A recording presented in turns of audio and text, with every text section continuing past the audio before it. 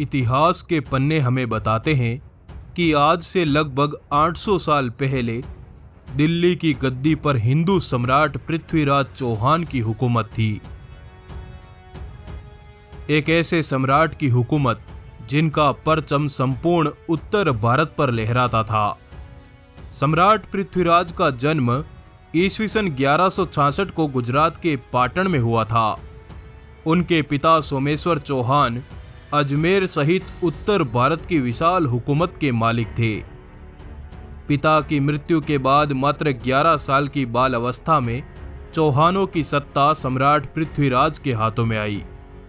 तो आइए आज हम जानते हैं विदेशी हमलावरों पर कहर बरपाने वाले हिंद के अमर सपूत सम्राट पृथ्वीराज चौहान के बारे में, जिन्होंने 17 बार विदेशी राक्षसों को पराजित कर जीवित छोड़ दिया और यही दया भाव उनके अंत का कारण बना। उनकी मृत्यु के बाद भारत में पहली बार इस्लामिक सत्ता कायम हुई। उम्मीद है आपने इस वीडियो को लाइक किया होगा। चलिए शुरू करते हैं। ईस्वीसन 1178 में अपने पिता की मृत्यु के बाद पृथ्वीराज अजमेर की राज गद्दी पर बैठे। इस वक्त उनका राज्य चारों तरफ से बिखरा हुआ था। उनके सामंत, सरदार और रिश्तेदारों ने पृथ्वीराज को बालक समझकर उनकी रियासत को हड़पना शुरू कर दिया। राज्य के बड़े हिस्से पर सामंतों ने अपने अपने स्वतंत्र राज्य खड़े कर दिए और फिर यहीं से शुरू हुआ पृथ्वी विजय का वो दौर, जब पृथ्वीराज एक प्रलय की भांति अपने शत्रुओं के विनाश पर उतर आए।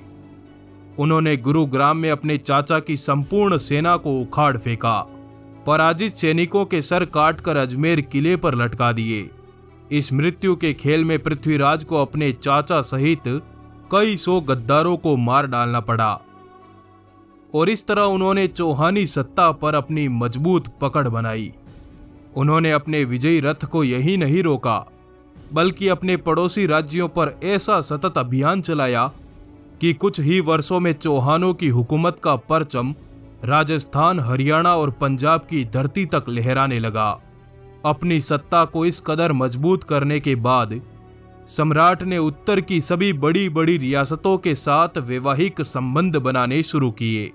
उन्होंने ज्ञात कुल 13 विवाह किए और हर विवाह के साथ उनकी ताकत में इजाफा होता गया।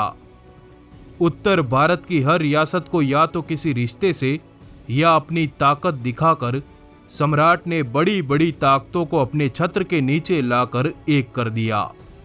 देखते ही देखते पृथ्वीराज ने उत्तर के एक बड़े हिस्से पर अपनी हुकूमत का सिक्का चलाया। 4 वेद और 14 भाषाओं के ज्ञानी, 3 लाख योद्धाओं की विराट सेना को नेतृत्व देने वाले उत्तर भारत में अपनी हुकूमत के झंडे गाड़कर मध्य भारत की रियासतों में प्रवेश किया। उन्होंने दिल्ली, गंगा और उत्तर के व्यापार पर नियंत्रण पाने के लिए कन्नौज के गढ़वालों की सत्ता पर सीधे दावा बोला। पृथ्वीराज ने यमुना को पार कर दिल्ली में अपनी सेना को उतारा और अपने नाना से दिल्ली की सत्ता हासिल की। उन्होंने सरयू की धाराओं को चीरकर अपनी प्रेमिका और राजा जयचंद्र की पुत्री संयोगिता से विवाह कर पूर्व के राजाओं को धमकाया। इतिहास की किताबों में सम्राट पृथ्वीराज के कई युद्धों का जिक्र मिलता है।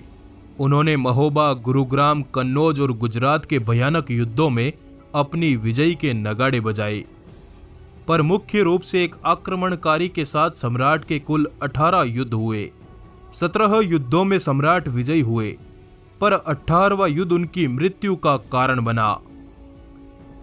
ईस्वीसन 1191 नवंबर की सर्द हवाओं के बीच सम्राट ने अपनी सेनाओं के साथ पंजाब पर चढ़ाई कर दी, क्योंकि अफगान हमलावर मोहम्मद गोरी भारत में प्रवेश कर चुका था। उसने अफगान से पंजाब तक बर्बादी की वो कहानी लिखी जिसमें उसने कईयों हिंदू राजाओं की लाशों के ताबूत खड़े कर दिए।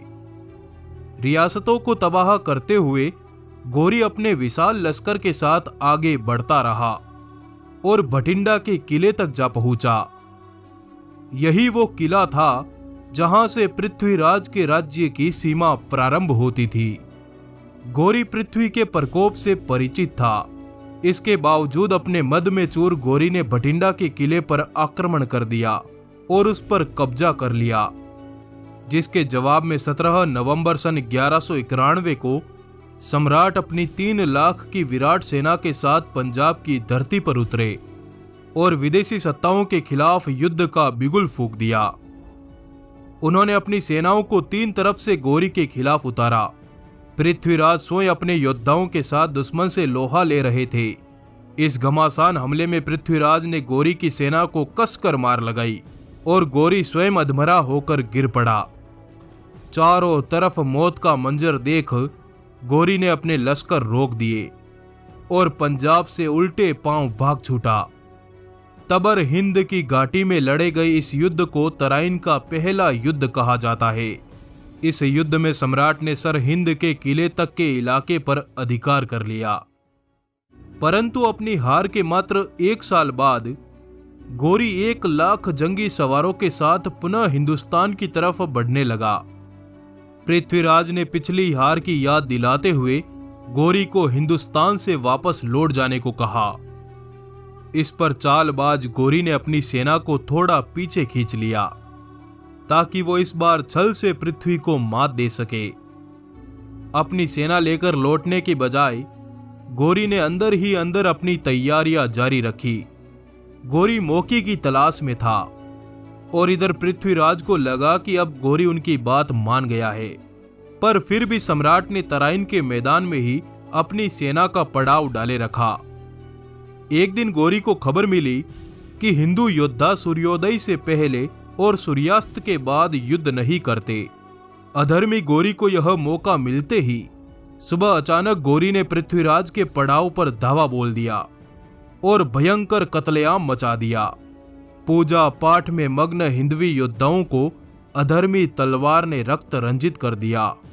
सैनिक पड़ाव को चारों तरफ से घेर कर गोरी ने सम्राट पृथ्वीराज को बंदी बनाया और अफगानिस्तान ले गया, जहां पृथ्वीराज को अपना धर्म न बदलने और गोरी की अधीनता न स्वीकारने के कारण अंधा कर दिया गया। कई यातनाओं को सहते हुए सम्राट को महीनों तक गोरी की कैद में रहना पड़ा। फिर एक दिन अपने मित्र चंद्रबरदाई की सहायता से मौका पाकर सम्राट ने गोरी को मार गिराया और स्वयं सम्राट और उनके मित्र ने भी वैकुंठ में प्रस्थान कर लिया। सम्राट की पराजय के बाद गोरी ने अजमेर, दिल्ली और फिर कन्नौज पर आक्रमण किया। कन्नौज में इस्लामिक सत्ता की स्थापना के बाद कन्नौज के राजपूतों और ब्राह्मणों ने अपने मूल स्थान को त्याग दिया। आज इनकी पहचान कन्नौज या गोत्र के ब्राह्मण और राजपूत के रूप में की जाती है। आपका आभार, धन्यवाद, जुड़े रहिए।